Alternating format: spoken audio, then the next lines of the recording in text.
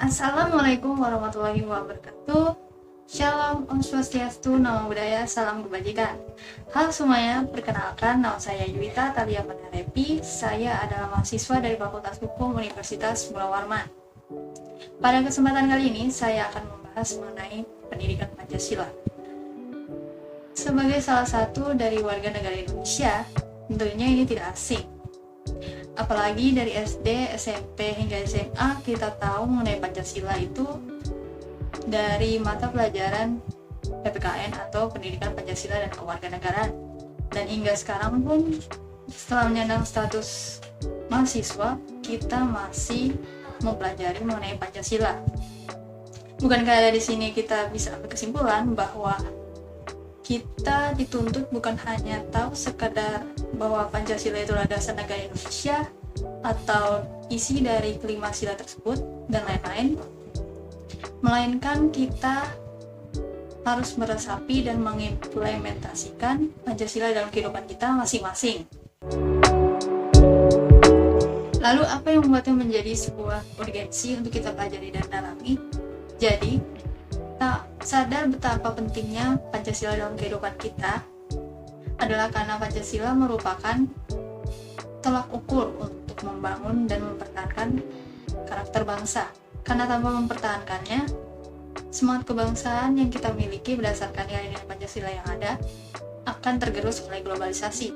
Seperti yang kita ketahui, globalisasi merupakan bentuk keterhubungan antara masyarakat suatu bangsa terhadap bangsa dunia lainnya agar menjadi lebih terbuka, dan keterbukaan itu harus kita waspadai. Ibaratnya seperti sebuah koin yang memiliki dua sisi yang berbeda. Globalisasi juga memiliki dua sisi yang berbeda, yaitu sisi positif dan negatif. Sisi negatif inilah yang membuat Pancasila menjadi wujud pertahanan diri terhadap tantangan yang paling dominan, yaitu globalisasi. Nah, dari sini kita bisa lihat bahwa tanpa Pancasila, damage-nya akan membuat sebuah bangsa dan negara menjadi genting. Lalu kok bisa ya negara kita memilih Pancasila sebagai fondasi negara Indonesia? Bagaimana sejarahnya? Jadi, saat menduduki sekolah dasar, kalian pasti pernah mempelajari istilah BPUPKI atau Badan Penyelidik Usaha-Usaha Persiapan Kemerdekaan Indonesia. Di dalam sidang tersebut,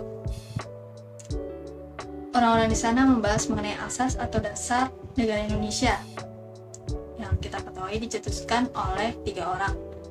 Dan 3 orang itu adalah yang pertama, Bapak Muhammad Yamin pada tanggal 29 Mei 1945, lalu 2 hari kemudian oleh Bapak Supomo pada tanggal 31 Mei 1945, dan yang terakhir ketiga oleh Insinyur Soekarno pada tanggal 1 Juni 1945, yang pada akhirnya kita ketahui merupakan hari lahir Pancasila. Tetapi sebenarnya Insinyur Soekarno sudah memikirkan masalah dasar negara ini jauh dari sidang BPUPKI itu berlangsung. Padahal dengan latar belakang negara Indonesia yang memiliki banyak sekali kebudayaan dan ciri khasnya masing-masing, bagaimana para pemikir tersebut bisa bersatu lalu bersama-sama memikirkan bagaimana dasar negara Indonesia ini. Dan itu dikarenakan mereka saling bergandengan erat satu sama lain dengan melalui perasaan senasib dan ingin segera bebas dari segala penjajahan yang ada. Pancasila pada saat itu sedikit berbeda dengan Pancasila yang kita ketahui sekarang. Letak perbedaannya itu terdapat dalam sila pertama yang berbunyi ketuhanan dengan kewajiban melaksanakan syariat Islam bagi pemeluknya.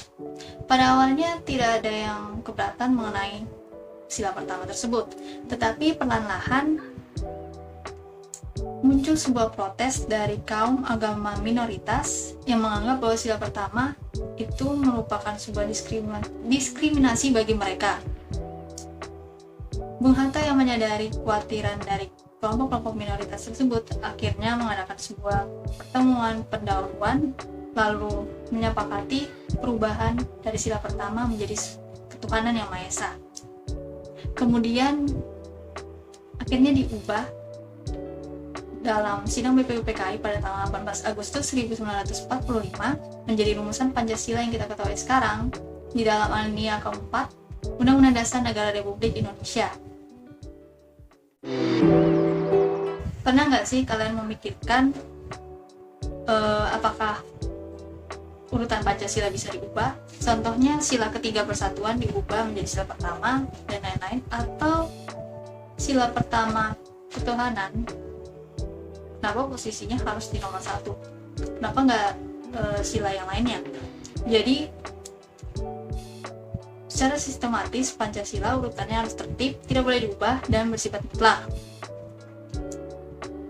Gambarannya seperti sebuah piramida yang di atasnya merupakan sila pertama, lalu dilanjutkan dengan sila seterusnya. Sila pertama ini merupakan basis atau dasar dari sila yang lainnya. Lalu mengapa dia harus menjadi sila yang paling pertama? Itu bukankah tanpa Tuhan kita tidak bisa, atau negara ini tidak akan berjalan sebagaimana semestinya?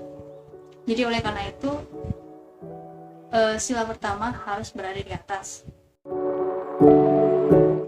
Saya rasa tidak perlu sampai ikut turun ke lapangan atau ikutan demo untuk protes mengenai masalah yang memberatkan suara masyarakat. Saya akan mulai dari hal kecil terlebih dahulu. Karena jika kita memulai dari hal yang besar lalu mengabaikan dan menyepelekan hal-hal kecil tersebut, ya sama aja bohong. Karena hal-hal kecil itu pun bisa memberikan sebuah dampak besar ke depannya.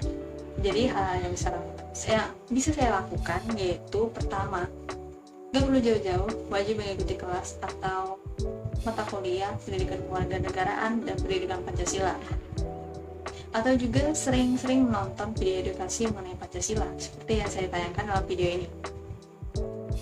Sangat penting untuk mengetahui Pancasila lebih dalam lagi, karena sebagai mahasiswa tanpa tahu apa dasar negaranya, apa kata dunia. Lalu yang kedua, selalu mengikuti peraturan yang ada.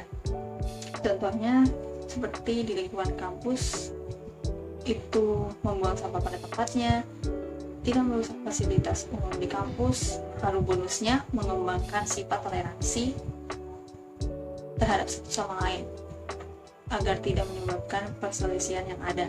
Selain sebagai agent of change dan social control, mahasiswa juga merupakan panutan bagi masyarakat. Ada baiknya perilaku yang kita lakukan dalam kehidupan kita sehari-hari merupakan perwujudan dari nilai-nilai Pancasila. Jadi itu saja kontribusi yang bisa saya lakukan sebagai mahasiswa untuk saat ini. Apabila ada kata-kata yang kurang berkenan, mohon dimaafkan. Dan itu saja dari saya. Terima kasih. Hidup mahasiswa, hidup rakyat Indonesia.